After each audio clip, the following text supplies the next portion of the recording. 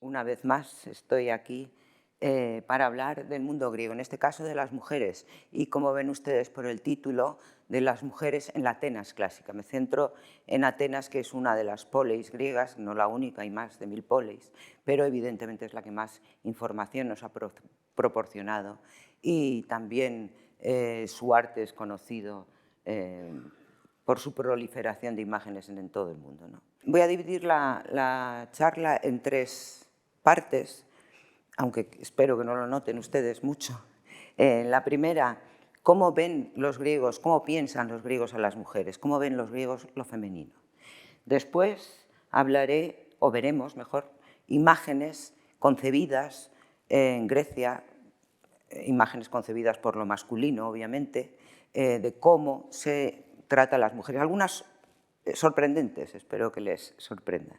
Y por último lugar me voy a aventurar en algo inusual, y es intentar ver si las mujeres de alguna manera pudieron influir o se veían a sí mismas, o podemos ver la palabra, la mirada, la vista de las mujeres en el arte griego. Es posible, esto es algo realmente difícil en el mundo antiguo, y ya les adelanto que el mundo antiguo es un mundo masculino. Y es más, Atenas ha sido calificada como un club de hombres o la ciudad de los hombres, porque no solo en Atenas, en todo el mundo antiguo era una región patriarcado, ¿no?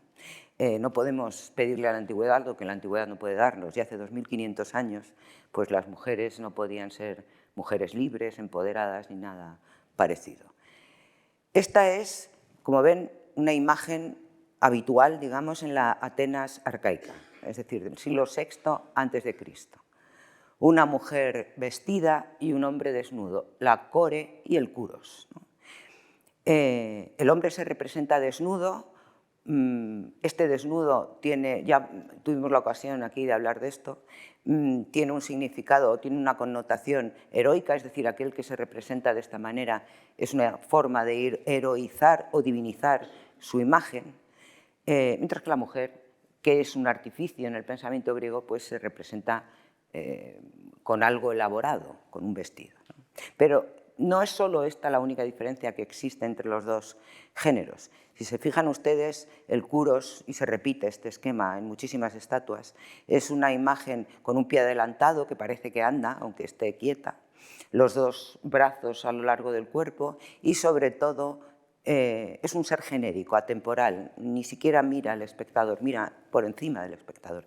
Mientras que ella, si se fijan, se recoge el vestido de forma graciosa, como si fuera a avanzar, aunque en realidad no avanza, tiene los dos pies juntos, ¿no? Y sujeta algo con las manos, normalmente una granada o una flor. Es una forma de introducirse en la narración. La mujer es tiempo y espacio, es coyuntura, es narración. El espectador se pregunta, ¿qué tiene en la mano? ¿Qué me quiere? Y nos mira, la estatua mira al espectador. Hay una diferencia de concepción absoluta entre el ser genérico y atemporal, que es el hombre, y la mujer como coyuntura.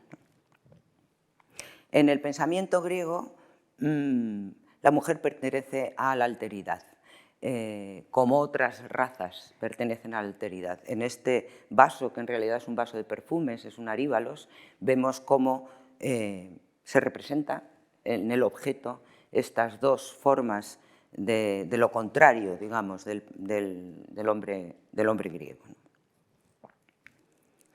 Bueno, desde muy pronto, siglo VII a.C., aparece la famosa misoginia griega. Hesíodo ya nos dice que lo primero que tiene que considerar un hombre es su granero, y que el hombre que confía en una mujer confía en un engaño, ¿no? Es una advertencia, ¿no? Un siglo más tarde, en el siglo VI, Simónides hace un catálogo de mujeres que os recomiendo que lo busquen porque es realmente curioso, no tendría tiempo de leerlo aquí, pero les voy a leer solo el final del catálogo de las mujeres de Simónides, ¿no? Y decía: la mayor calamidad que hizo Zeus fue esta, las mujeres. Aunque parezcan servir para algo, para el que la tiene sobre todo es un mal, pues no pasa un día completo contento el que vive con una mujer, ni echará al punto de su casa el hambre cruel huésped, Dios adverso.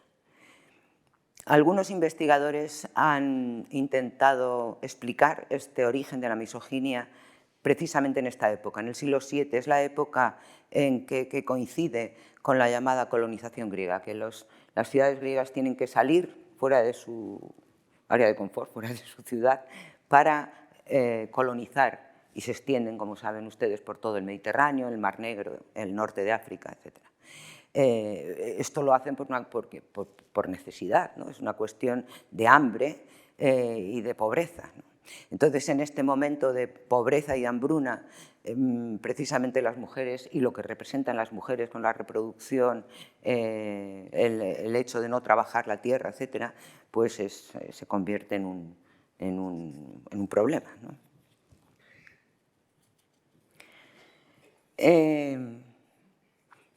Esta es una imagen, digamos, de una mujer como Dios manda, es decir, la mujer ha de ser una de sus virtudes, es el silencio, el pudor, la mirada baja, la boca cerrada. Aristóteles define a la mujer como un ser incompleto, un ser que le falta algo. En los tratados hipocráticos, bueno, la concepción del cuerpo para los médicos griegos es, a nuestro juicio, curiosa, podríamos decir, y es fácil reírse de ello, pero quizás sea mejor entender lo que querían decir. El cuerpo se concibe como canales, ¿verdad?, que se unen unos a otros, ¿no? Pero lo masculino se asocia a partes del cuerpo más nobles que lo femenino. Por ejemplo, el semen, ellos pensaban que era el mismo líquido, la misma fuerza vital que está en el cerebro, en la médula espinal y en el semen. De tal manera, y ustedes supongo que lo habrán oído alguna vez, que si este fluido se derrama demasiado, pues entonces se seca la parte superior, y entonces te quedas ciego o te vuelves tonto, ¿no? Y sin embargo, el fluido femenino, es decir, la menstruación, se asocia a las hemorragias nasales, que es mucho menos noble, obviamente, que el cerebro, ¿no? Hay incluso enfermedades exclusivamente femeninas, que también les sonarán a ustedes, porque muchas de estas cosas de las que hablamos han pervivido 2500 años. Incluso en la actualidad, aunque no lo sepamos, resulta que pensamos esto gracias a los griegos antiguos, ¿no? Y es, por ejemplo, achacar a las mujeres la locura o la histeria, ¿no? La histeria es una enfermedad que viene de ístero, de la palabra ístero en griego, que es matriz, útero. Entonces, los griegos pensaban que el útero tenía que ser una cosa húmeda. Las mujeres se definen por el contrario de los hombres. Las mujeres son lo contrario de los hombres, ¿no? Bueno, esta forma de pensamiento no es solo de los griegos, es común en el mundo antiguo pensar con elementos antitéticos, contrarios, ¿no? Entonces, si el hombre es seco, duro, musculoso, pues la mujer es húmeda, blanda y anartra, decían ellos, o sea, desarticulada, fofa, podríamos decir, no tiene músculos, ¿no? Entonces, esta desarticulación provoca que las mujeres sean el sexo débil, que es lo que nos habla Aristóteles por primera vez, del sexo débil, ¿no? Porque no tienen músculo, no tienen fuerza para moverse. El útero debe ser húmedo, la mujer es húmeda, y este útero se concibe como una especie de animalito, ¿verdad?, que tiene su lugar en el cuerpo femenino, pero si por lo que sea, por la razón que sea, se seca, el útero empieza a errar por el cuerpo y se mueve, y entonces puede provocar un ataque de histeria. Es decir, si se te pone en la garganta, pues te da una lipotimia, ¿no? y te da un ataque de histeria. Entonces, lo que tienen que procurar es que el útero vuelva a su sitio. ¿Y cómo hacer que el útero vuelva a su sitio? Pues humedeciéndole, ¿no? Lo mejor es la humedad. ¿Y qué mejor humedad hay que un varón? Entonces, a la niña que se la case o a la viuda que se la deje preñada. El hombre como medicina de la mujer. Esto ya aparece en la Grecia antigua y no quiero extenderme, pero ustedes habrán oído muchas veces un dicho de cómo se arregla un ataque de histeria, ¿no? Hay otras cosas realmente curiosas que nos harían reír, pero insisto que está bien entenderlas porque incluso nos puede ayudar a explicarnos algo de nosotros mismos, ¿no? Algunos pensaban, como Anaxágoras, que bueno, el lado bueno, hay lado bueno y lado malo, ¿no? El lado bueno es el derecho, porque es el lado fuerte, y el lado malo es el izquierdo. Obviamente las mujeres pertenecen al lado izquierdo y los hombres al lado derecho, de tal manera que los bebés, los niños, se procrean en el testículo derecho y las niñas proceden del testículo izquierdo. De tal manera que Anaxágoras decía que si en el momento de la concepción el hombre se ataba a uno de los testículos, pues podía elegir qué sexo le daba al bebé, ¿no?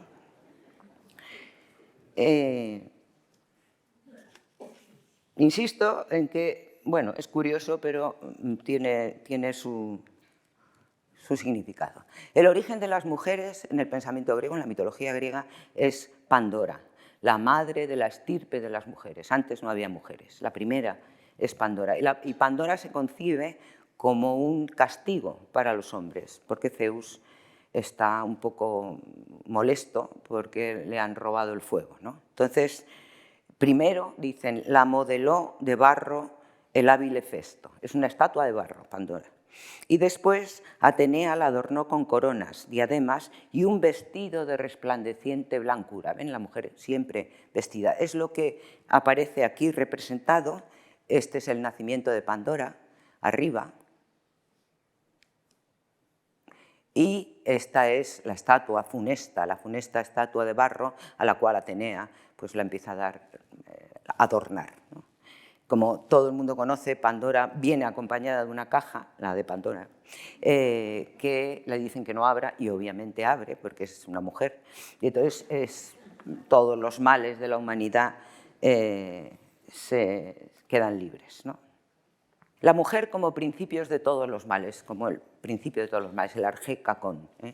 Les traigo este ejemplo, hay muchos más, pero este quizás es el más célebre. Helena. Ustedes conocen la historia de Helena de Troya, que es la causante de la guerra más tremenda de la antigüedad, la guerra de Troya, ¿no? Por su belleza, luego nos volverá a aparecer, por su belleza conquista a París, París la rapta, ella es la esposa del rey de Esparta y se organiza la guerra de Troya. Bueno, pues estas imágenes, que además hay varias en el mundo griego, muchas proceden de la cerámica, porque es riquísima en imágenes, pues es la última noche de Troya, ¿no? Y entonces cuando ya han entrado los aqueos en Troya, después de lo del caballo y todo esto, ¿no?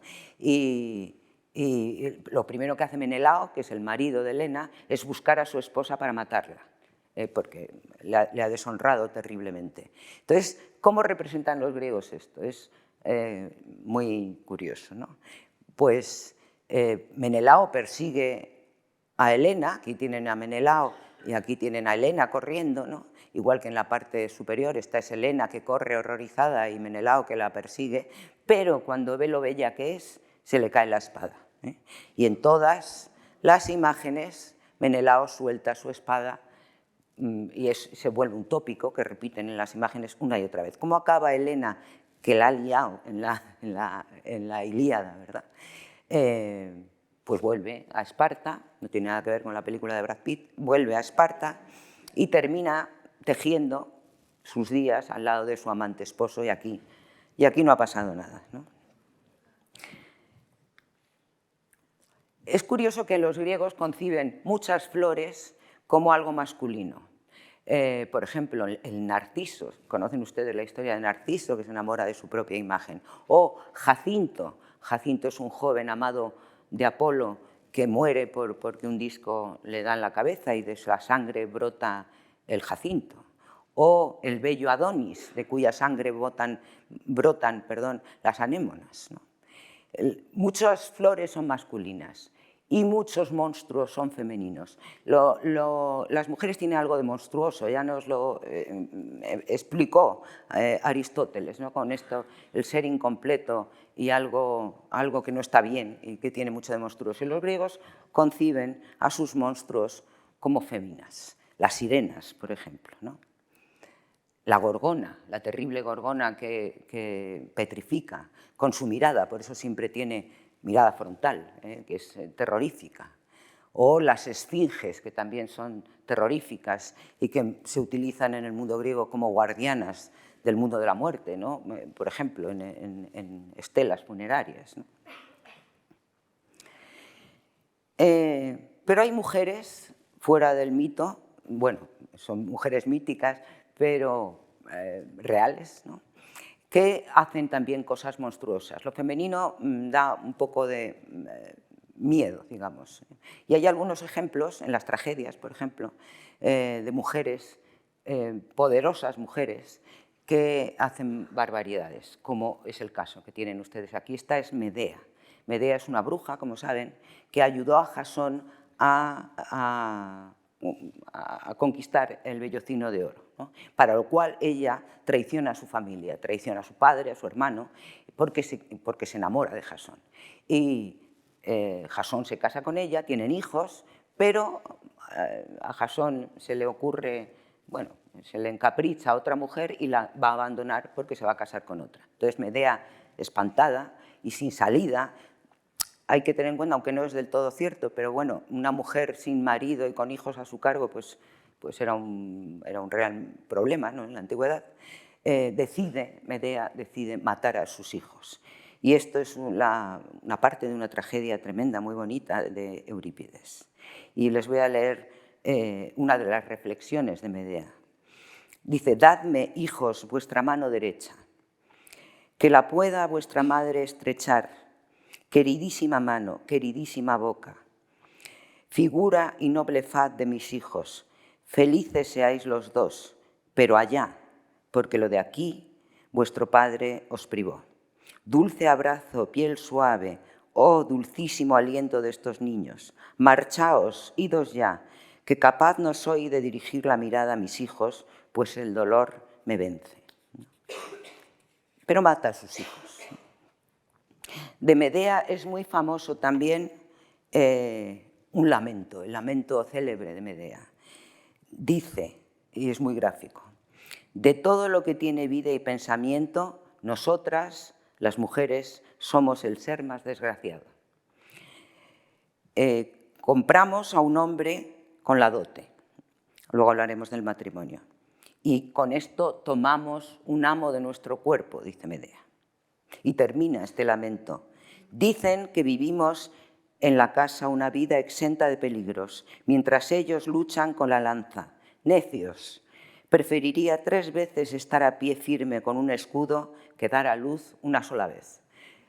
Morían, se calcula, entre un 10 y un 20% de las mujeres en los partos, porque eran la mayoría de las veces adolescentes, ¿no?, las que tenían los hijos.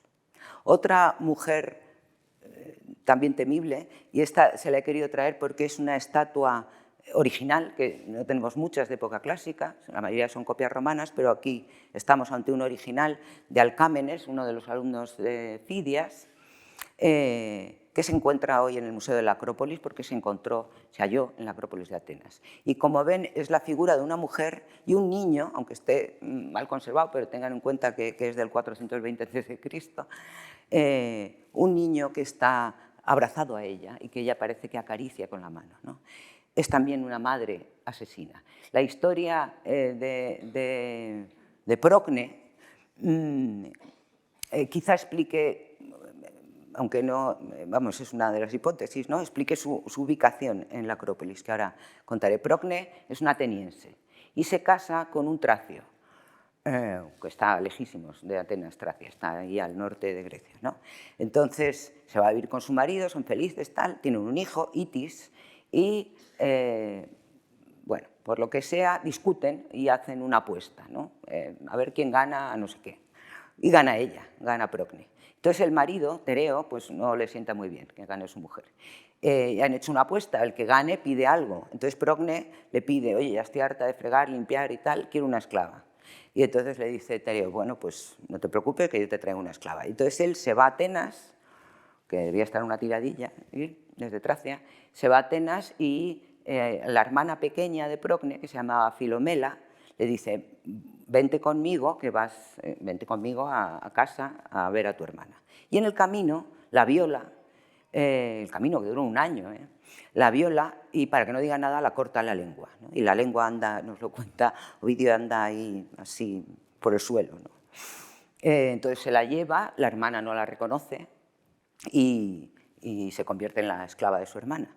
Pero hay una forma de comunicarse de las mujeres que es uno de sus hábitos fundamentales o una de las cosas que hacen continuamente, que es el tejer. Entonces, Filomela, tejiendo, le cuenta la historia a su hermana, ¿no? La ve en el tejido. Entonces, hay un templo muy bueno, lo que queda del templo, las metopas del templo que están en el Museo Arqueológico de Atenas, en el que están las dos, Procne y Filomela, en una metopa antiquísima del siglo VI, con algo en el centro que no se conserva, pero que obviamente debía ser el tejido, ¿no? O sea, es el reconocimiento, es cuando se dan cuenta de lo que ha pasado. Entonces las dos planean una venganza, y la venganza es tremenda, ¿no? Le sirven a Itis, al niño, como jamón de york a su padre en la cena, ¿no? Entonces, cuando el padre alaba, uy, qué buena estaba la cena hoy, pues le dicen, pues te has comido al niño. Entonces, claro, se pueden imaginar ustedes la que se organiza, ¿no? Entonces, al final los dioses se compadecen de esta desgraciada familia que acaba fatal y les convierten en pájaros. A esta Procne la convierten en ruiseñor y a Filomela, la pobre, la convierten en golondrina para que siempre esté con los hombres. Bueno, ¿por qué Ariel Kamen es una estatua que además se coloca en la Acrópolis y se coloca probablemente a los pies del Partenón, entre el Partenón y el Erecteion, para los que hayan estado allí, cerca además de la entrada del Partenón, o sea, cerca del lado este, ¿no? Pues porque unos años antes, 451, Pericles ha hecho una ley en la cual los ciudadanos atenienses, para serlo, tienen que ser de padre y madre ateniense. Antes, con que fuera el padre ateniense, bastaba para ser ciudadano, pero Pericles hace esta ley de que los dos, padre y madre, tienen que ser atenienses. Y esto es una especie de advertencia a las atenienses. ¿Qué pasa si te casas con un hombre no ateniense? Pues, bueno, esto es lo que puede pasar a una mujer por casarse con un extranjero. Pensadas así las mujeres, que hemos visto rápidamente, ¿pueden despertar amor? Pues se duda de ello. Si leen este texto de Plutarco, como ven, no encuentra razones para que en el gineceo se hable de amor. El amor auténtico es el que siente un hombre por otro hombre, ¿no? Pero no por una mujer, que no es más que una necesidad. Realmente algunos autores han destacado, yo creo que tienen razón, que el amor heterosexual y recíproco es un invento romano, no es un invento griego. Los griegos, pues, como ven por el texto, no tenían esa conciencia, ¿no? Esto es la imagen de una mujer como Dios manda. Es una novia, lo que aparece aquí representado. Se levanta el extremo del vestido, es un gesto de las novias. La mirada baja, pudorosa, ese es el aidos, ¿no? La vergüenza de las mujeres. Se casaban las mujeres entre 13 y 15 años con hombres de 30 y pocos, ¿no? Y eran obviamente matrimonios concertados que decidían los padres y que la mujer no tenía ninguna opinión, ¿no? Y tenían que ser así, o sea, una mujer debía ver y oír el menor número de cosas posibles y no hacer preguntas. Tanto es así que, puesto que la esperanza de vida en general en la antigüedad pues no era desde luego la actual, los hombres podían morir entre 45 y 50 años de tal manera que la mujer todavía era joven y fértil. Y no es extraño, es decir, es bastante frecuente que una mujer se case después con otro hombre y dé descendencia a dos familias. ¿Por qué? Pues porque parece ser que en general en el mundo griego había muchos más hombres que mujeres. Esto arqueológicamente se ha podido ver, por ejemplo, hay un cementerio geométrico en el Ágora de Atenas en el que hay muchas más tumbas masculinas que femeninas, como el doble casi de tumbas masculinas que femeninas. lo cual se ha explicado por varias razones. Porque en el matrimonio, cuando tenían un hijo, era conveniente en las familias atenienses que tuvieran pocos hijos, 1 o 2, para no dividir la hacienda, para no dividir el patrimonio de la casa. Como mucho, 2 hijos, más no era conveniente, porque terminaban sin patrimonio, ¿no? Entonces, el padre decidía, cuando nacía un hijo, si se lo quedaba o no.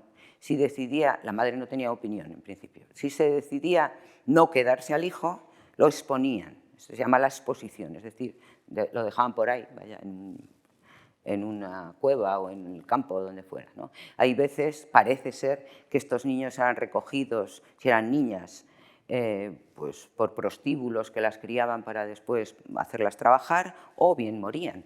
Se supone que por lo menos un 10% de las niñas eran expuestas, porque tener una hija era más costoso que tener un hijo, puesto que había que dotarlas, después darle una dote para poderla casar, ¿no?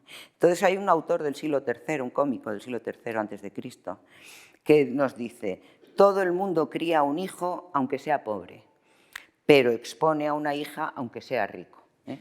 Es decir, que está claro que había mucha más exposición de niñas que de niños. Y la mortandad femenina era mayor, hemos dicho, estas niñas tenían hijos con 13 o 14 o 15 años y en el parto pues era frecuente la muerte en el parto de al menos un 10% de ellas. Y además, pues no se alimentaba igual a un niño que a una niña. Al niño se le daba de comer mejor que a una niña. Algunas de estas tradiciones, digamos, pues han pervivido. Yo he conocido una amiga mía griega que, por ejemplo, hoy, o sea, en la actualidad, no ha comido nunca un muslo de pollo, jamás. Porque cuando era pequeña, como el pollo tenía 2 muslos, uno era para su hermano y otro para su padre. Y luego, cuando ella creció, se sentía culpable y le daba un muslo de pollo a cada uno de sus hijos. Y nunca ha probado un muslo de pollo, ¿no? Es decir, bueno, pues había una diferencia en la alimentación entre los dos géneros, ¿no? Esta es la imagen de una boda del siglo VI, una boda arcaica, cuando aparecen multitud, o sea, mucha gente, ¿no? Porque luego en época clásica cambia y ahí solo los novios aparecen. Entonces aquí vemos a los novios en el carro, el novio en primer lugar, la novia que sujeta la estefané, la corona, detrás de él, ellos van montados en un carro tirado por caballos o mulas, que era más frecuente, y todos los invitados a la boda con los regalos en la cabeza. Esta, por ejemplo, lleva lo que se llama un lignón, que en realidad es una cesta, que es una cesta cuna para el recién nacido. Y les esperan aquí los padres del novio, porque lo que se representa en las bodas, las imágenes, lo que representan de una boda es el traslado de la casa de la mujer a la casa del novio. Esto es lo que visualmente se representa, ¿no? Y como les digo, las bodas eran concertadas y lo que tenía que hacer la mujer era cambiarse, simplemente cambiarse de casa y ser recibida por los dueños de la casa, que son sus suegros. La fórmula del casamiento para los griegos era esta, por ejemplo, que les leo: te entrego a esta mujer para la labranza de hijos legítimos. Es decir, esta era la función de la mujer, tener hijos legítimos, de la esposa, no de la mujer. Preciso de la esposa. Hay más tipos de mujeres, están las concubinas, las heteras, pero la esposa era fundamentalmente para tener hijos. Pero no es baladí este término de la labranza, la labranza para tener hijos. Porque, y esto yo creo que ya es el colmo de la misoginia griega, nos lo dice Esquilo, nos dice: la que es llamada la madre no es el origen del vástago, sino solo la que cuida del embrión recién sembrado. El macho, el que cabalga, lo engendró. La hembra, una extraña, guarda al hijo de un extraño si algún dios no lo daña. Es decir, la mujer que pertenece a la pasividad se asimila a la tierra. La tierra es fecunda pero inmóvil y es la semilla la que es activa y la que produce la germinación o el hijo en este caso. Hasta el punto que se le atribuye a Alejandro Magno una famosa frase quejándose de su madre, que dice: qué caro me hace pagar mi madre los 9 meses de alquiler. O sea que en realidad es hijo de su padre, pero no de su madre. Aquí tienen la imagen que hemos visto al principio, la core que les he puesto al principio del todo. Es un original, desde luego, y está en el Museo Nacional de Atenas. Es Frasiclea, sabemos hasta el nombre porque ven, tiene una inscripción abajo, ¿no? Es Frasiclea la estatua, pero como conserva mucha policromía, se ha podido hacer este ejercicio de restauración con la policromía original. Y como ven, el color que ella viste es el color de azafrán. El azafrán es el color de las mujeres jóvenes, de las mujeres vírgenes. Es una novia, probablemente. Una novia que muere antes del matrimonio. Por eso la inscripción dice: soy el sema, o sea, el monumento, la tumba de Frasiclea. Soy la tumba de Frasiclea. Y dice: me llamarán siempre Core porque es el nombre que los dioses han querido darme. Core quiere decir muchacha, pero Core también es Core Perséfone, la reina infernal, la reina esposa de Hades, ¿no? Entonces es una asimilación de la joven que va a ser siempre una muchacha, pero se asimila a Core Perséfone porque en el más allá se casará con Hades, ¿no? Si no te casas en el más acá, te casas en el más allá. Y ella sujeta, como ven ustedes, un capullo de loto, y toda su diadema también son capullos de loto, una flor que no ha abierto, como ella misma, que no ha llegado a florecer, ¿no?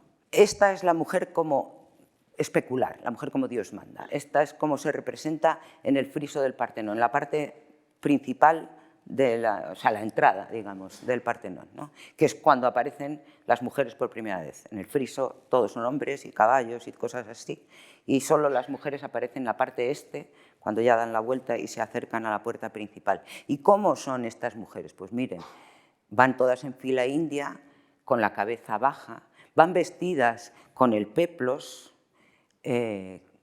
Los vestidos en Grecia son muy sencillos, el peplos es una sábana, vamos, es una pieza rectangular que se dobla un tercio, la parte superior se dobla en un tercio y se coloca con unas... Es facilísimo para un baile de disfraces, por ejemplo, ¿no? Porque te lo colocas con dos alfileres y si quieres lo atas o lo dejas suelto, como quieras, ¿no? Entonces estas llevan el peplos y algunas llevan encima un imation, que es otra pieza, que es lo que llevan ellos puestos, el imation, ¿no? Que es una pieza también rectangular de lana. Es un vestido absolutamente simple, los vestidos eran muy simples en Grecia, ¿no? Entonces, esto es la mujer como Dios manda, en silencio, el silencio pertenece a lo femenino, sin nombre a ser posible. Bueno, en el discurso de Pericles, en la oración fúnebre famosa, nos dice que las mujeres no deben correr en la boca de los hombres, un hombre no debe correr por la boca de los hombres, conviene que los hombres no hablen de las mujeres, porque si hablan de las mujeres, pues mal asunto, claro. Entonces las mujeres no son nombradas, pierden su nombre, y pierden su nombre en muchas culturas occidentales hasta hoy, que cogen el nombre del marido después del matrimonio, como ustedes saben, ¿no? Aunque en eso no pase en España, pero en el resto de las culturas europeas sí. Y solo se las nombra a las mujeres después de muertas, como a Frasiclea, ¿no? En las tumbas muertas ya sí aparece su nombre, Frasiclea, pero en vida pierden su nombre en favor del nombre del esposo, porque el silencio es femenino y la palabra, el logos, es masculino, en este mundo de contrarios. Y aquí tenemos una mujer modélica, el modelo de las mujeres, Penélope.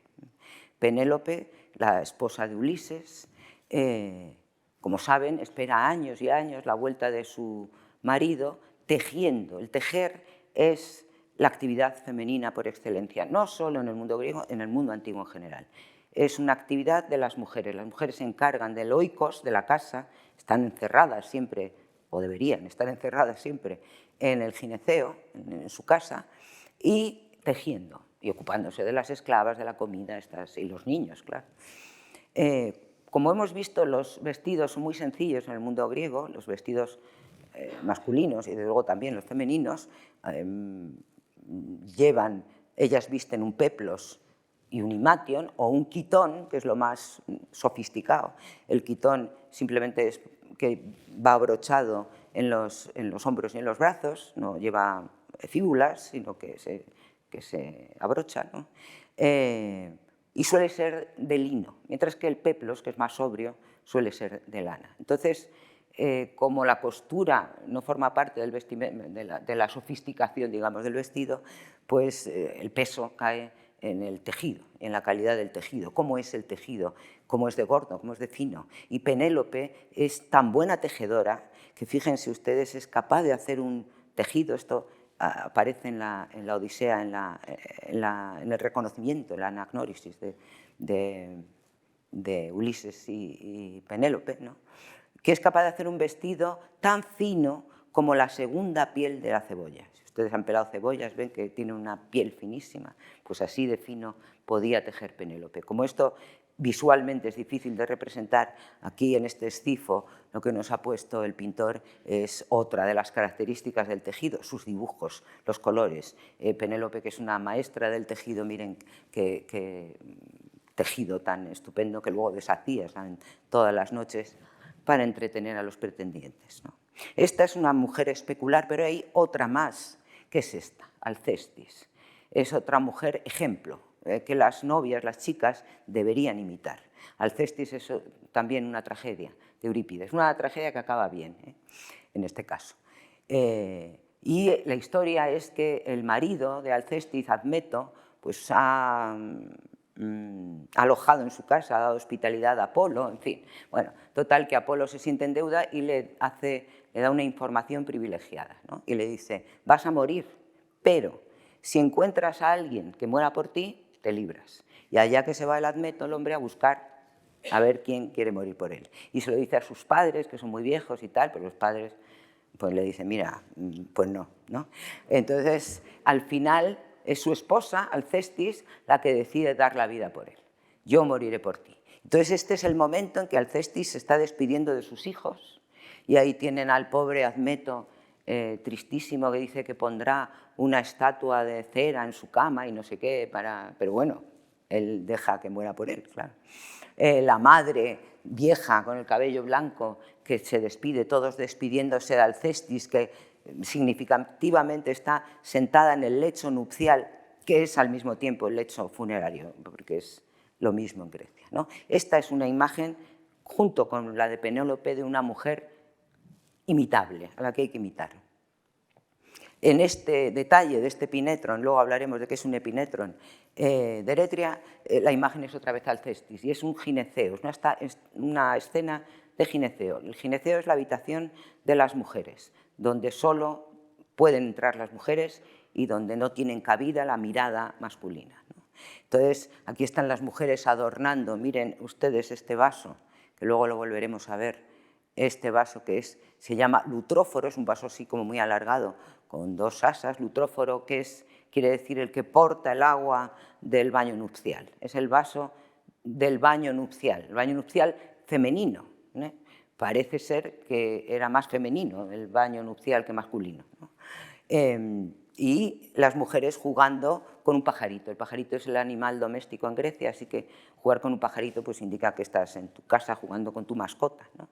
Y ella apoyada otra vez en el lecho, que es el lecho nupcial y funerario. Son sus derechos de lecho. Los griegos hablan de derechos de lecho para la esposa, ¿no? Pero también es el sitio que contiene el cadáver, que es donde se expone, ¿no? Pero las mujeres en el pensamiento griego están llenas de defectos, ¿no?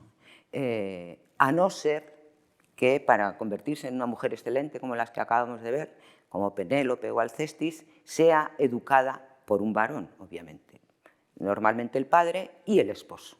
El esposo, Jenofonte en el Económico, que hemos visto antes un pasaje, nos habla de cómo educar a esta esposa que no ha visto nada, ni que tiene 15 años y que no sabe nada, ¿no? Entonces, tiene que ser el marido el que le eduque, de tal manera que se puede convertir en una mujer excelente, ¿no? Porque por naturaleza, las mujeres están llenas de defectos, que es lo más habitual.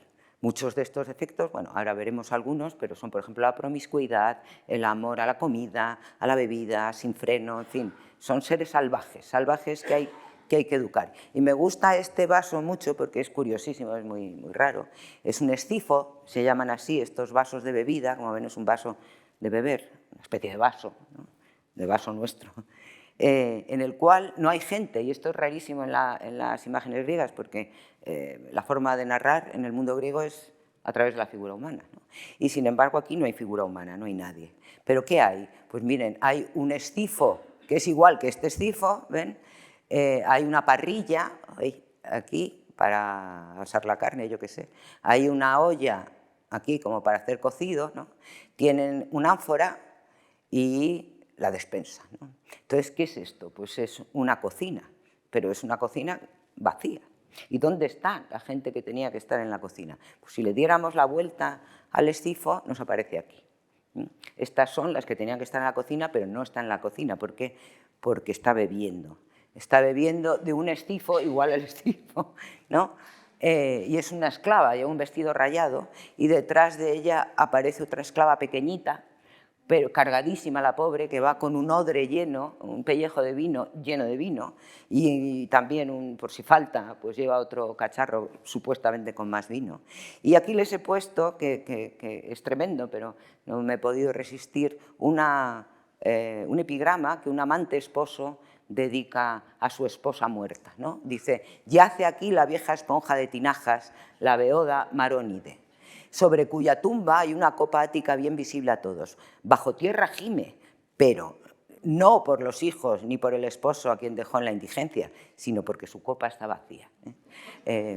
Lo mismo que esta que no para de beber. Las mujeres por naturaleza son borrachas, pero también por naturaleza son promiscuas, es decir, les gusta el sexo. Fíjense que hay una cosa curiosa, que en las comedias griegas no existe la figura del viejo verde, que nosotros tenemos en la cabeza, sino de la vieja verde que persigue a los jovencitos, ¿no? Bueno, en este caso es una copa que está aquí en Madrid, preciosa, en el Museo Arqueológico, con dos heteras, dos prostitutas, dos heteras. Supuestamente las heteras son las mujeres más educadas y que son prostitutas, pero de alto standing, ¿no? Y que participan en el banquete masculino, como ahora veremos. Dos mujeres bebiendo, una toca la ulos, la doble flauta, y la otra bebe, y de su boca brotan las palabras. Y dice: pine cae sí, es decir, bebe tú también. Y le está pasando la copa a su compañera, ¿no? Porque el banquete, el simposio griego es masculino. Solo los hombres banquetean. Y solo los hombres banquetean en un lugar concreto de la casa, que es el andrón, la sala de banquetes. La sala de los hombres, quiere decir, o sea, un sitio donde solo hay hombres, ¿no?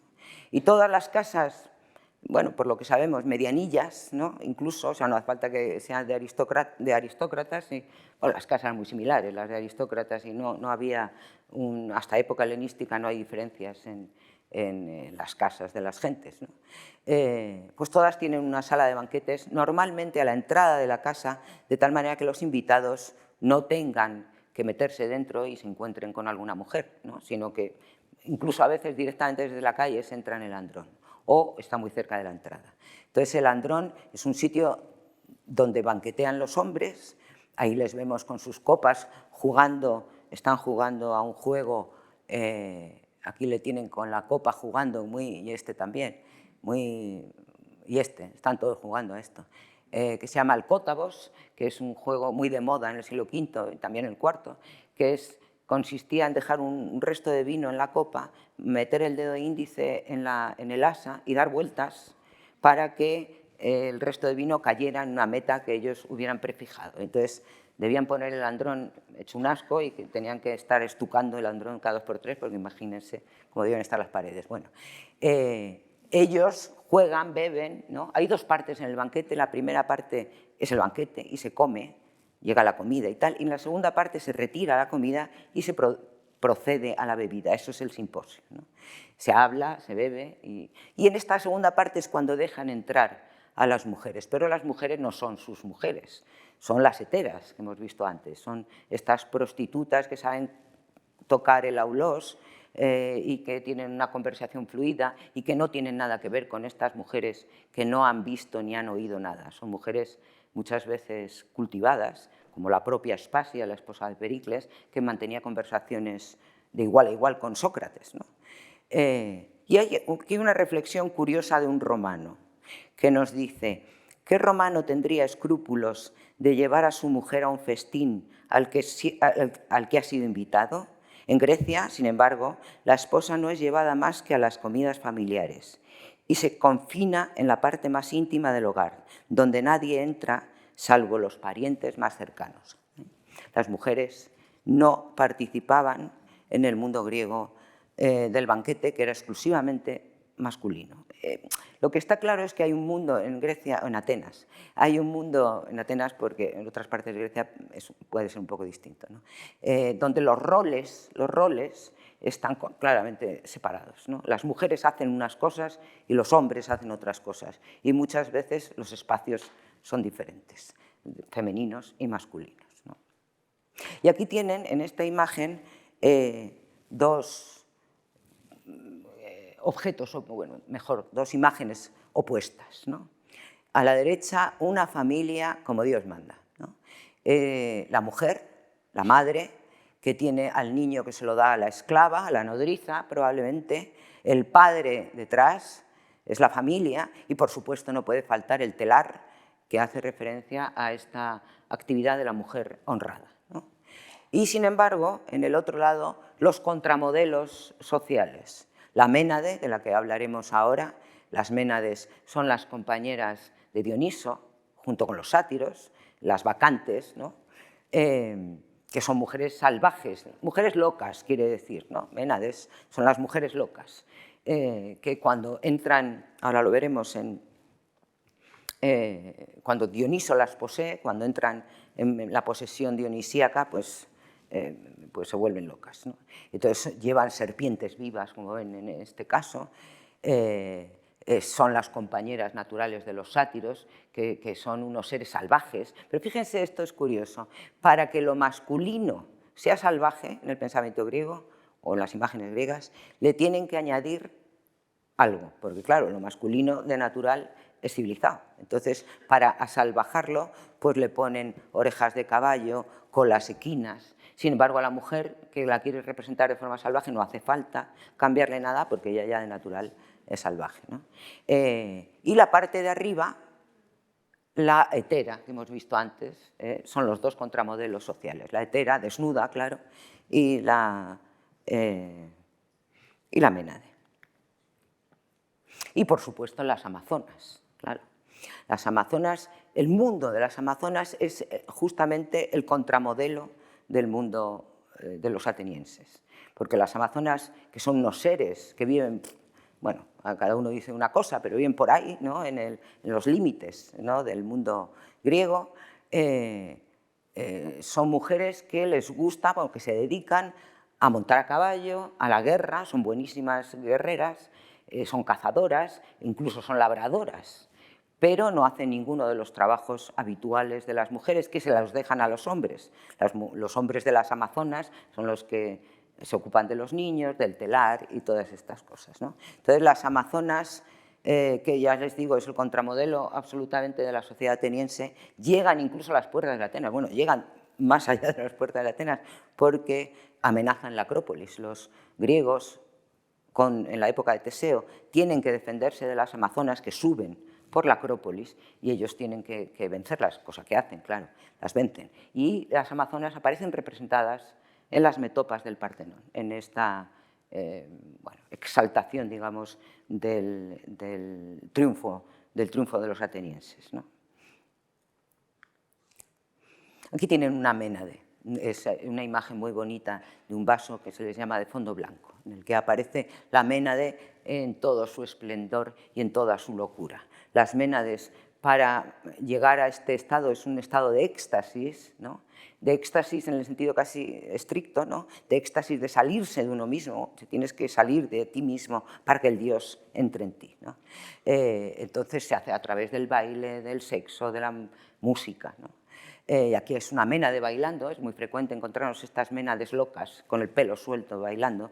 Si se han fijado ustedes, la imagen de la mujer honrada lleva siempre un gorrito, ¿no? Las mujeres tienen que tener el pelo cubierto, pero en este caso bueno, pues está desatada, nunca mejor dicho. Y entonces tiene, incluso dominan a los animales salvajes, tiene un animal salvaje vivo, sujeto, y una serpiente viva es la que corona su cabeza. Estas ménades son terroríficas, tremendas. Bueno, Dioniso es el que es tremendo y terrorífico. Dioniso es un dios que asusta, ¿no? Y aquí tienen algunas de las hazañas, digamos, de las ménades cuando están poseídas por el dios. A la izquierda es la muerte de Orfeo, Orfeo el músico, que era tracio, y muere a manos de las ménades tracias, que sabemos que son tracias sin duda alguna, porque fíjense en los brazos, y están tatuadas. Jamás nunca un griego se tatuaría, o sea, una de las ideas de los griegos que el cuerpo tiene que estar entero, holócliros, ¿no? Es un cuerpo sin mancha, sin daño, cosa que, por otro lado, hay que imaginar que sería difícil encontrar en la realidad de las ciudades griegas, que hubiera algún cuerpo sin una herida o sin una cicatriz, ¿no? Pero ese es el ideal. En las estatuas, desde luego, no van a ver ustedes jamás una cicatriz ni un tatuaje, ¿no? Entonces, los tatuajes son cosas, iba a decir de bárbaros, pero son más concretamente cosas de tracios o de tracias. Las mujeres tracias se tatúan los brazos, entonces cuando las vemos así en las imágenes, pues son muy fáciles de identificar, ¿no? Pero no solamente las mujeres tracias poseídas por Dioniso matan a Orfeo, sino que tenemos en esta copa de la derecha una representación, sin duda, yo aquí creo que no hay ninguna duda, teatral. Es decir, esto está inspirado en las bacantes de Eurípides, ¿no? Estas bacantes, que son las ménades, en esta tragedia tremenda y terrorífica, cuando están poseídas por el dios, no ven nada, están locas, son mujeres locas, ¿no? Entonces el dios las posee y las dirige como quiere. Y estas mujeres han salido de su casa, las princesas de Tebas salen de su casa, se convierten en ménades, y el pobre Penteo, que es el rey, que está curioso por saber qué hacen, pues es engañado por Dioniso, claro, y sale a ver qué hacen las mujeres. Bueno, pues el resultado es este. El resultado es que acaba despedazado por las ménades, pero las ménades son su madre y sus tías, ¿no? Entonces, les he traído este fragmento que es tremendo, yo creo, de Eurípides, que el pobre Penteo, les dice: soy yo, madre mía, yo, tu hijo, Penteo, al que diste a luz en la morada de Quión. Pero las mujeres están locas, no entienden nada, creen que es un animal salvaje, ¿no? Y lo están despedazando, es el sparagmos, el despedazamiento. Dice: pero ella echaba espuma por la boca y revolvía sus pupilas en pleno desvarío. Cogiendo con sus dos manos el brazo izquierdo y apoyando el pie en los costados del desgraciado, le desgarró y arrancó el hombro, no con su fuerza propia, sino porque el dios había dado destreza a sus manos. Había un griterío total, a la vez él, que gemía de dolor con todo lo que le quedaba de vida, y ellas con sus gritos de triunfo. Aquí ven en esta imagen el despedazamiento de Penteo, aquí tienen el torso, la otra lleva una pantorrilla, esta lleva un muslo, la otra pantorrilla. Ha llamado la atención, parecen parte del atrezzo de un teatro, ¿verdad? Y entonces probablemente está representando, este vaso está inspirado en la representación teatral. Ahora vamos a pasar a una cosa más relajada, ya las mujeres no son salvajes, son mujeres cotidianas, entre todas las comillas. No hay, o no debería haber diferencia, yo creo que es un error tremendo, cuando hablamos de vida cotidiana o imágenes de la vida cotidiana en la Grecia antigua, porque para los griegos no existe diferencia entre lo cotidiano y lo mítico. Es una cosa, su pensamiento se mezcla todo, o sea, no hay diferencia, ¿no? Es lo mismo. Pero bueno, dentro de lo que nosotros podemos ver, esto nos parece una imagen cotidiana, es decir, mujeres que van a buscar agua a la fuente. esto se representa en hidrias. Esto es una hidria, el vaso que ven ustedes aquí, ¿no? Con dos asas horizontales y un asa vertical que sirve, como ven, se ilustra aquí muy bien, pues primero para llenar este recipiente en la fuente y luego ponérselo en la cabeza y andar con él, ¿no? Lo que ocurre es que estas imágenes, curiosamente, aparecen en un periodo muy corto de tiempo y luego desaparecen, y antes no hay. Es entre el 530, 525, 490, hay un montón de hidrias con escenas de la fuente, pero no hay ni antes ni después.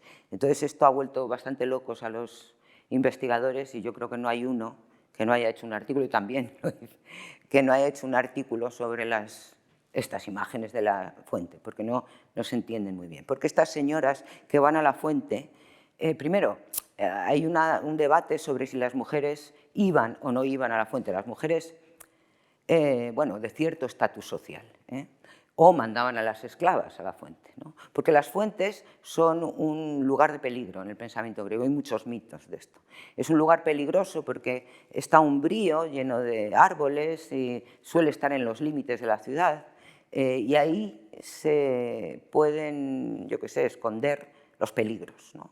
Los peligros, ¿qué peligro? El peligro máximo es la violación, claro, que es la muerte social, es decir, que se quede ahí alguien apostado, un sátiro, por ejemplo, y consiguen la muerte social de la mujer que es atacada, ¿no? Y además estas imágenes, pues estas mujeres no van vestidas como, llevan vestidos adornados, ¿ven? Con bordados, etcétera, ¿no? Entonces se entienden muy mal las imágenes estas.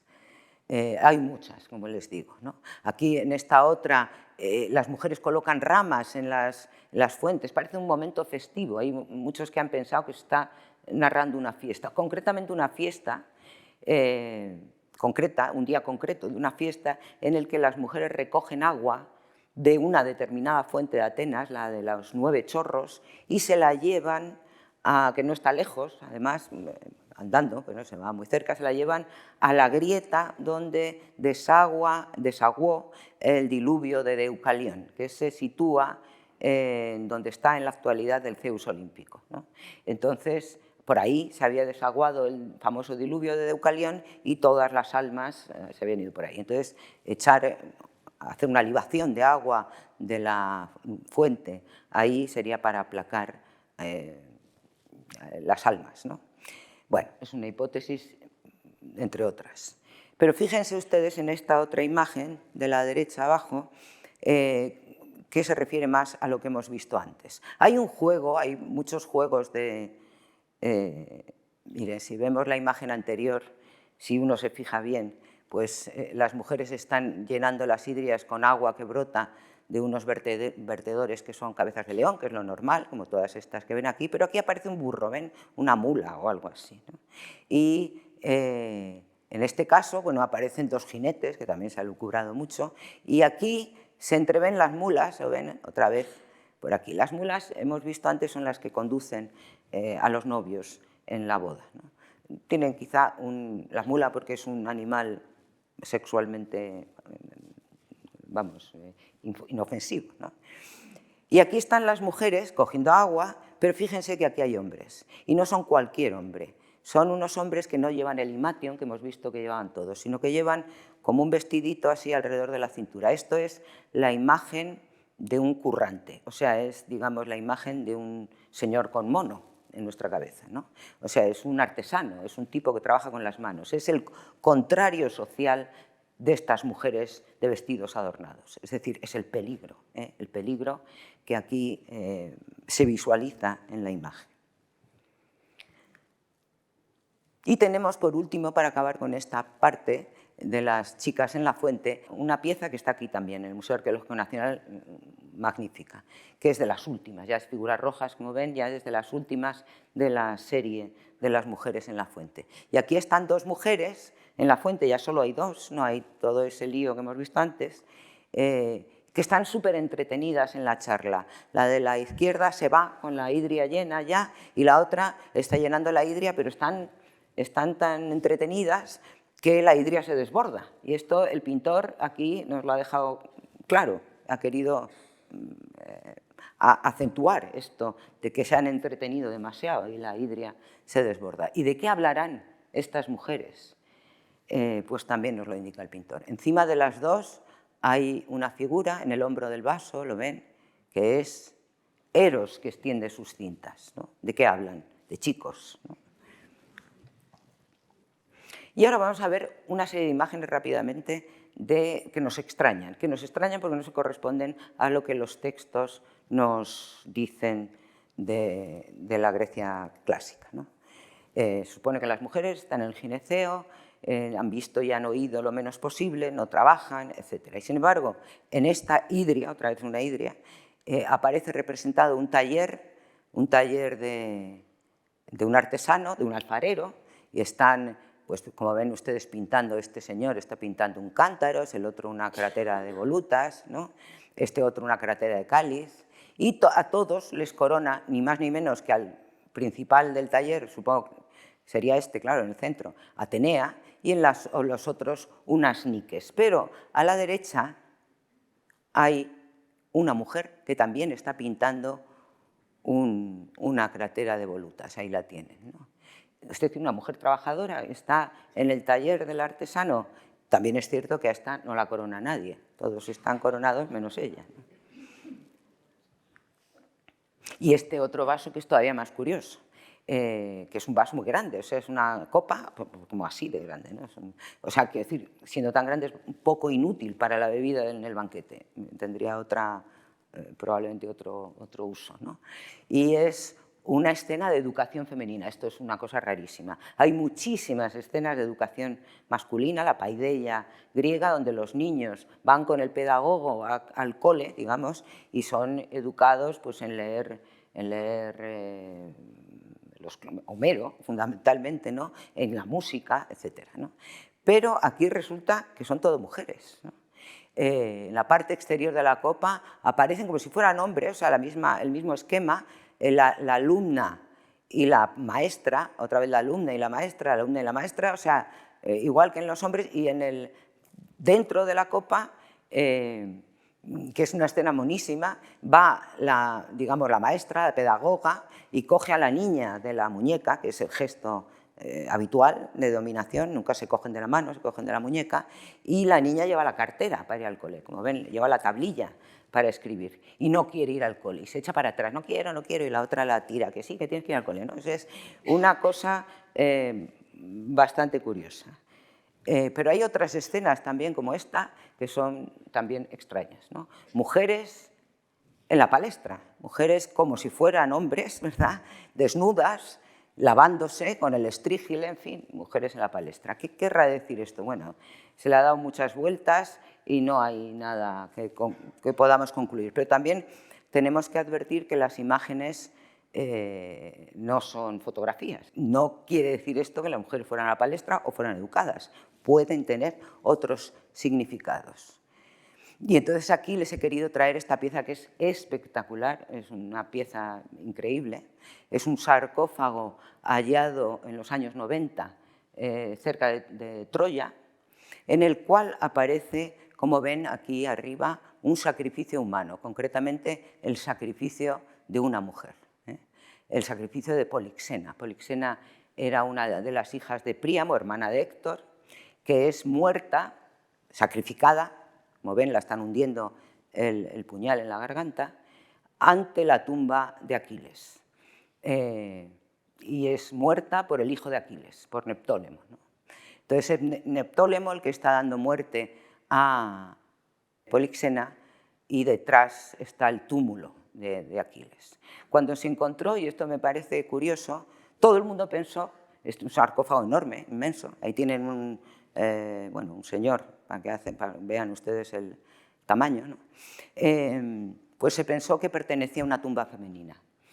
Esta es nuestra mirada, esto es curioso, es decir, nuestra mirada actual de compasión hasta esta pobre chica que la han muerto. Pero cuando se hicieron los análisis, pues se vio que la tumba pertenecía a un varón de unos 40 años que evidentemente se asimilaba a Aquiles y que el sacrificio de Polixena pues no era más que un adorno de su túmulo, ¿no?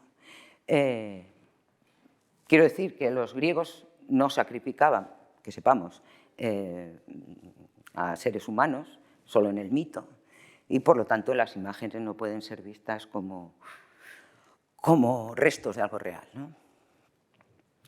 Y ya que estamos con la muerte, pues les traigo ya la parte final de la conferencia. La tumba, una tumba, la de Égeso, en el cerámico de Atenas. Aquí tienen cómo es el mausoleo familiar, es este, y esta es la estela que está en el Museo Nacional de Atenas, ¿no? Es una mujer muerta, esta es Égeso, que está muerta, y una criada la abre la caja, qué sé yo, la caja de las joyas, está como adornándose, despidiéndose de la vida, ¿no? En el mausoleo familiar pues entierran más gente, aparte de ella, y ven ustedes aquí esta estela con un vaso que hemos visto antes, este vaso alargado que contenía el agua del baño nupcial femenino, ¿no? Eso quiere decir que es la tumba de alguien que ha muerto sin casarse. Se entierra con el objeto del baño nupcial para que en el más allá pueda realizar este rito. Bueno, aquí hay dos cosas que quiero señalar. Primero, que es una tumba femenina y que hay una imagen femenina. Y miren también la fecha, es finales del siglo V. Algo ocurre a finales del siglo V. Hemos visto que en general parece ser que hay más hombres que mujeres en general en el mundo griego porque la mortandad femenina era mucho mayor que la masculina. Pero quizá hay un momento, que es este, a partir de finales del siglo V, donde la cosa puede cambiar. Y desde luego hay una cosa que cambia claramente, y es que a partir de este momento hay un boom de estelas funerarias. Las estelas funerarias de finales del siglo VI o del siglo VI en general y principios del V son algo carísimo y propio de muy pocos ricos, ¿no? Y hay muy pocas estelas funerarias. Pero si alguien va a Atenas y se pasea por el Museo Arqueológico Nacional, pues verá que hay salas y salas y salas llenas de estelas, muchísimas estelas. Pero esas estelas no son nunca anteriores a esta fecha. Y se ha supuesto, creo yo, que con razón, que tras las obras de la Acrópolis, donde tuvieron que juntar a un montón de marmolistas, escultores, etcétera, porque las obras se hicieron en 9 años o poco más, ¿no? O en 12 años, y tuvieron que tallar, pues yo qué sé, 92 metopas y 160 metros de friso corrido y 50 esculturas de bulto redondo para la frontera, en fin, una barbaridad. Pues toda esta gente, cuando se acaban las obras, se quedan en el paro. Y entonces la ley de la oferta y la demanda hace que se abaraten las estelas y se produzca un boom. Es lo que se ha denominado la democratización de la muerte. Es decir, que ahora todo el mundo, o muchos, pueden optar a tener una estela. Entonces, de repente hay muchísimas estelas, ese es uno de los fenómenos, y otro es que muchas son femeninas, hay muchísimas imágenes de mujeres, no solo en estelas, sino que estas imágenes de mujeres se amplían a la cerámica también. ¿Qué ha ocurrido en Atenas? Pues en Atenas, después de la construcción de la Acrópolis, del Partenón y esto, pues resulta que les viene una serie de desgracias tremendas. Están en la guerra del Peloponeso, la guerra que enfrenta Atenas contra Esparta, guerra que pierden los atenienses, pero es una sangría de hombres, ¿no? Y encima se embarcan en expediciones como la de Sicilia, que van muchísimos atenienses, no vuelve ninguno, mueren todos, ¿no? Luego, además, tienen el problema de la peste y más guerras. Bueno, el caso es que es muy probable que en este mundo de finales del siglo V hay una escasez de hombres. Que a resultas de que hay pocos hombres, la cerámica, los alfareros que quedan, que probablemente son muchos menos que los que había antes, porque también les habrá afectado todo este movimiento, ¿no? Pues tienen que volver sus ojos a una clientela nueva, que son las mujeres, que son los que le compran cerámica. Lo que sí que es cierto es que se produce un cambio tremendo en la iconografía o en las imágenes griegas. De repente aparecen muchas más mujeres. Este es el epinetron del que hemos hablado antes, que nos ha salido antes con Alcestis en la otra cara, ¿no? El epinetron es un objeto femenino. Se colocaba en el muslo, por eso tiene esta forma tan curiosa. En cerámica está bueno, haciendo como más importante un objeto que normalmente probablemente fuera de madera, ¿no?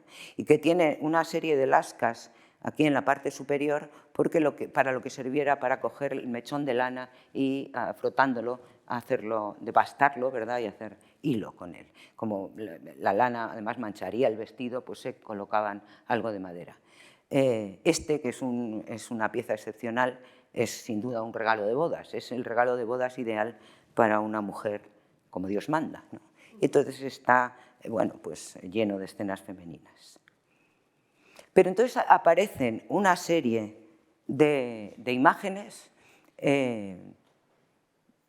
distintas a lo que hemos visto hasta ahora, completamente distintas. ¿Qué es lo que se representa a finales del siglo V y durante el siglo IV? Pues este tipo de escenas. Aquí ven, por ejemplo, una mujer, que lleva una hidria, ¿lo ven? Que lleva una hidria. Y aquí está Posidón con su tridente, es un mito, es el mito de Amímone, que va a buscar agua a la fuente otra vez, y claro, en la fuente se encuentra con un sátiro, es el lugar peligroso, hemos visto, y entonces es atacada por el sátiro, y entonces cuando es atacada por el sátiro, la pobre, pues yo qué sé, dice Posidón, Posidón, y aparece Posidón, que se está aquí, y se casa con ella, es una hierogamia, y consigue, Amímone, que es una princesa de Argos, pero es una mujer mortal, la inmortalidad al casarse con el dios. Por eso está aquí Eros, ¿verdad?, entre los dos. Este es uno de los temas que les interesan ahora. Otro es el juicio de París. Frente a las luchas de, yo qué sé, de Aquiles y Héctor y las luchas de los héroes, pues resulta que ahora les gusta representar este motivo inicial de la guerra. Aquí París, el pastor, pues tiene aquí la oveja, recibiendo a las tres diosas, ¿no? A Afrodita, que le ofrece la manzana y el amor de Helena, Atenea y Hera. Otra vez, otra imagen del juicio de París. París, que es un oriental de la zona de Troya, pues va vestido de oriental. Y aquí está Eros susurrándole algo al oído. Hermes, que es el que ha conducido a las diosas. Aquí está Atenea, que va a perder, ¿no? Y aquí arriba han puesto, que es muy mona, la discordia. Esta es la discordia, la Eris, la que lanzó la manzana famosa en las bodas de los padres de Aquiles, con la leyenda esta, a la más bella, ¿no? Y se avanzaron sobre ella Atenea, Hera y Afrodita. Y le pidieron parecer a Zeus, pero imagínense Zeus, cómo iba a elegir entre la mujer, la hija, en fin. Entonces dijo, pues que lo diga París, ¿no? Bueno, pues este es un tema recurrente en estas fechas, finales del V. Y desde luego el tema estrella, que es Ariadna. Aparece muchísimas veces, muchísimas. Aquí tienen el origen de, bueno, una parte del mito. Esta es Ariadna dormida, está Hipnos encima de él, el sueño, ¿no?, que la provoca el sueño. Aquí también tenemos a Ariadna dormida, un Hipnos chiquitito es el que provoca su sueño, ¿no? Y Teseo, el mito nos cuenta, Ariadna era la hija de Minos, que es la que ayuda a Teseo a salir del laberinto con el famoso hilo de Ariadna, a cambio de que se la lleve a Atenas y la haga su esposa, ¿no? Pero en el camino, en la isla de Naxos, Ariadna queda dormida y entonces Teseo aprovecha pues para irse, ¿no? Entonces le ayuda a Atenea, le está diciendo, calladito que la despiertas, venga, vete con cuidado. Y aquí está Teseo recogiendo su sandalia con todo el cuidado para no hacer ruido, y en este caso es Hermes el que le dice cómo irse de allí, ¿no?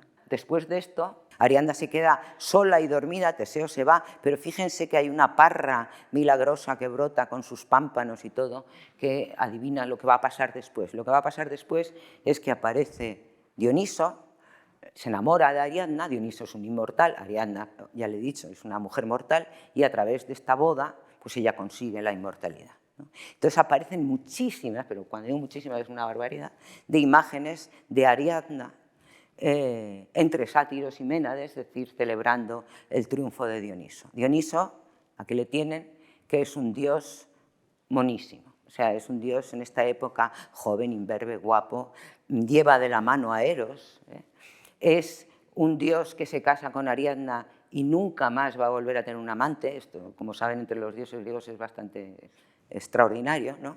Le será siempre fiel y es el prototipo del novio que toda mujer querría tener.